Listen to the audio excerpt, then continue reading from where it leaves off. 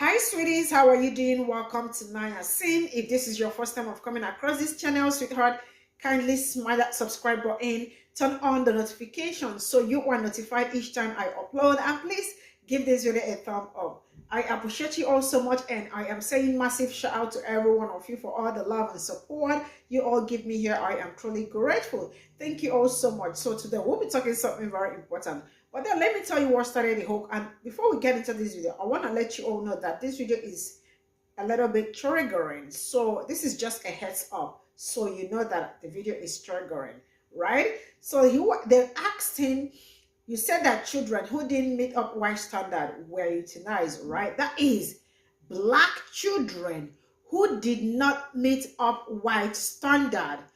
And I am asking, when did they set standard for children? All right, so he went further to explain how being a woman during that era was a very hard time, but being a black woman was a very horrible thing, right? And he went further to explain how black women, how they use knife and saw to open up their body part. Whoo! He went further to explain how kids who did not meet up white standard, how their head were probably like, some ended up dying and some survived, but there was high rates of death during that period. I mean, black kids. Whew, this video is very hard to talk about. You know what? I am just going to roll this clip. We'll come back to talk about it, and let me know what you all think in the comment section. And straight up, I am rolling the clip. Hey, good morning. A moment in white history. You said that children who didn't meet white standards were euthanized. Can you speak more as to what was happening and what you mean? Sure, no problem. But first, we've got to set the stage.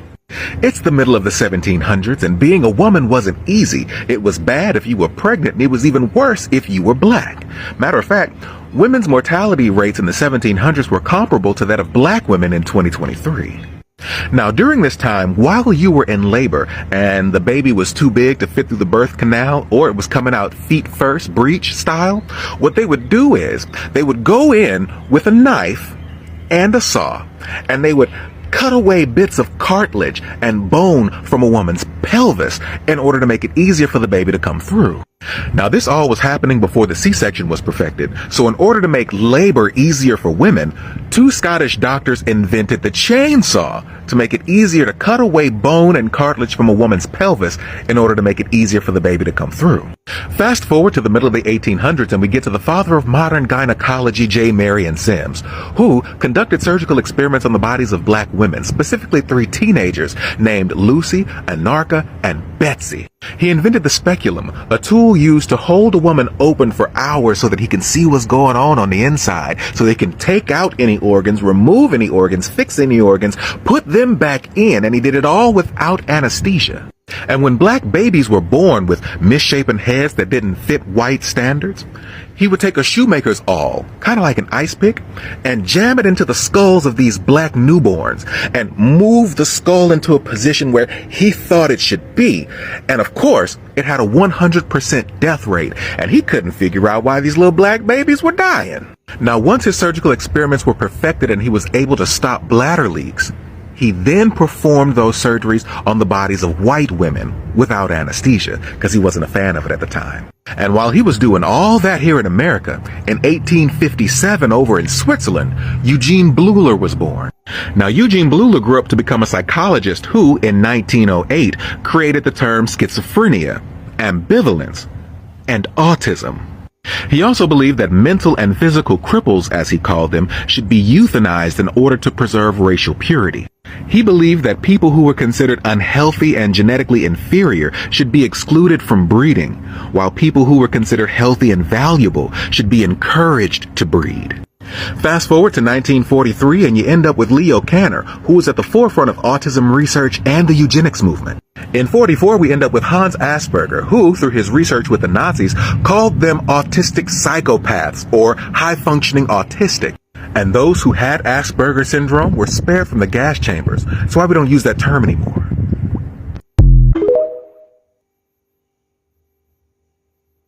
Hey, good morning. Happy holidays. It's Juneteenth. Did you know that the first people who were stolen from Africa and trafficked to British colonial America were indentured servants? True story. They were given a set period of time to work off their debt, and after that debt was completed, they would be given land. This all started on August 20th, 1619, when 20 Angolans first arrived at Port Comfort. Two of those Africans were Antonio and Isabella, who got their names from the Portuguese who had been enslaving and trafficking Africans since the 1440s. Now, they were known as servants of Captain William Turner, not property, but servants. And in 1623, they gave birth to their son named William Turner, the first African born in British colonial America. And get this, he was born a free man.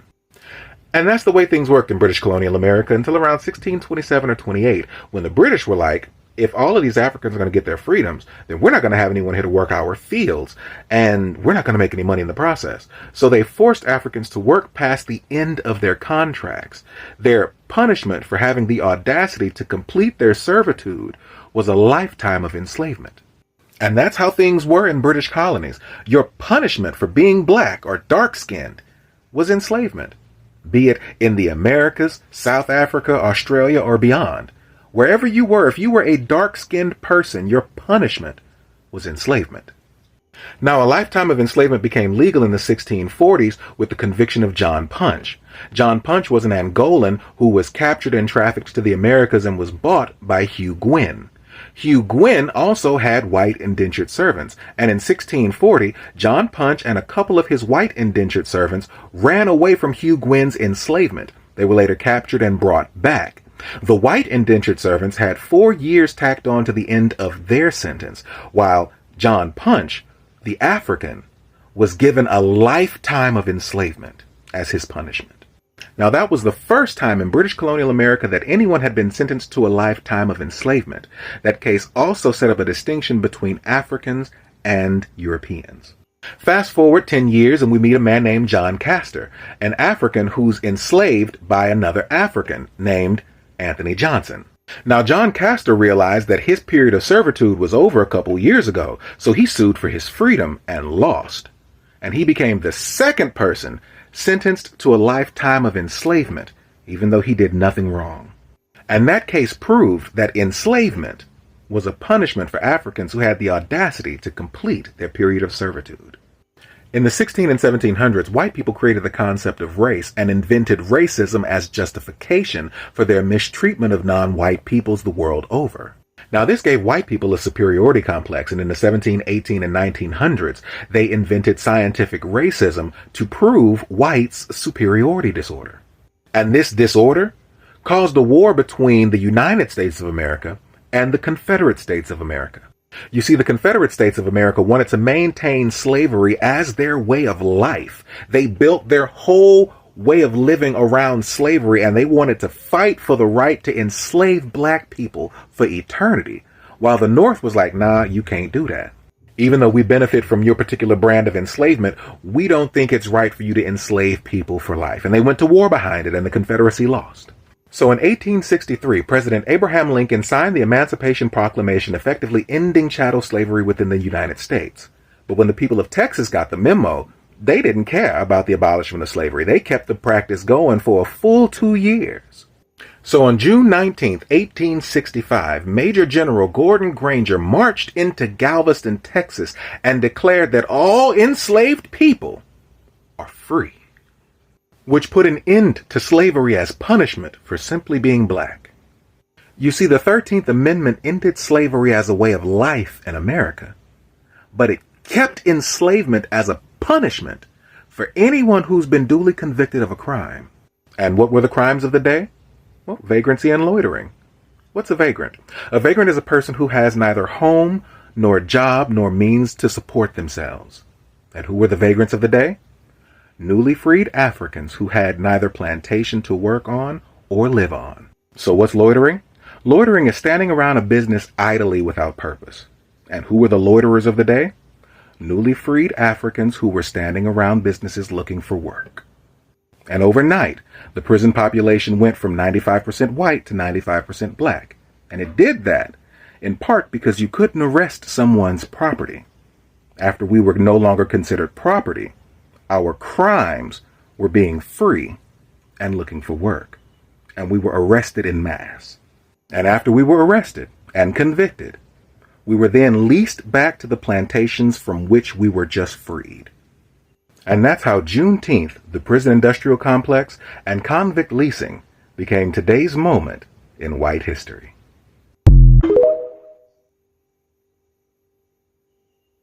It's Juneteenth. Did you know that the first people who were stolen from Africa and trafficked... Nope. Go watch his video. You're not going to get the rest of it staring at my mug on one side. Y'all go watch his video. And like, follow, support. He's amazing. Did you know that the first people who were stolen from Africa and trafficked to British colonial America were... You mean sold. Sold from Africa. They weren't stolen. They were enslaved by their own people and sold. If you're going to race hustle, at least get that part right. They were given a set period of time to work off their debt, and after that debt was completed, they would be given... Hey, I'm gonna steal you from your local village. You're mine now. And I'm gonna put you on my boat and ship you. But it's gonna take like 14 to 17 to 34 days to get you there. So now you owe me money. Listen here. You owe me shipping fees for shipping your ass over here. So now you owe me debt.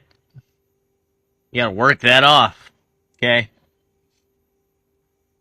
K is short for potassium, which you have little of, because I'm European on my shoe, and have a lot of potassium because I got bananas that are imported from another country. And don't tell me the British Museum don't have no goddamn original artifacts. They took those fair and square from their tourist attractions. So, now that you got debt with me, because I stole you, and I put you on a boat, and that was a lot of labor. Yeah, that was a lot of labor to steal you from your... They fought hard. We had to kill so many of you. Do you know how many men I lost killing all your people to get you? Put you on a boat. That was... Labor's expensive. It's like a mechanic. You got parts, you got labor. You're a part, I'm the labor. It's my parts, my labor, my parts, my labor, the part of my labor is expensive, okay? So as a mechanic, you owe me a new acorn at least. If not, 3 times. Or this is like, what is this? The debt of an ant? It needs to be at least 3 times this size. How dare you question? You don't even know what a question is, do you? Goddamn heathens over here not praying to the God of our ancestors, of the fathers, of the ancestors, of the people that have prayed to the ancestors and the gods of the Bible, or whatever books that empire put together with 66 different books. Anyway, you owe me money. This is all I got from the video and the stitches. And first of all, I'm going to start by saying that some of these people are so ignorant. I mean, their ignorance smells so bad. And the fact that you see some, like, you know why I love bringing this man's his videos here, because they are very educative. It's something that you definitely, for those that do not know, you definitely will learn 1 or 2 from here. And I appreciate him, and I am gonna leave his link in the comment section for those that want to go follow him. Go follow him. And for all these people, really, I have no idea. I like, really, starting from the C-section to the last one, I am absolutely confused. I mean, I see a reason why, man, some things, like, there are some things you hear, you are like, did they happen? But man, they did happen. They did happen. Using knife and saw to open black women's body part. And when they end up delivering the baby and they feel like this is not white standard, when they feel like the head is not white standard, they use something which made some of the kids, some survive, some did not. But there were high rates of death among the children or the infants. God have mercy. God have mercy that a particular race went through all this. Because sometimes I am like, what happened to people's conscience, people's mind, people's heart? Because I know that before people do something, I mean, your heart is going to tell you this is good and this is not good. But it looks like some people do not have that, because what did I just watch and what did I just hear? Woo! This is where I am going to draw the curtain. Thank you all so much for all the love and support. I will see you all in the next video. Bye for now.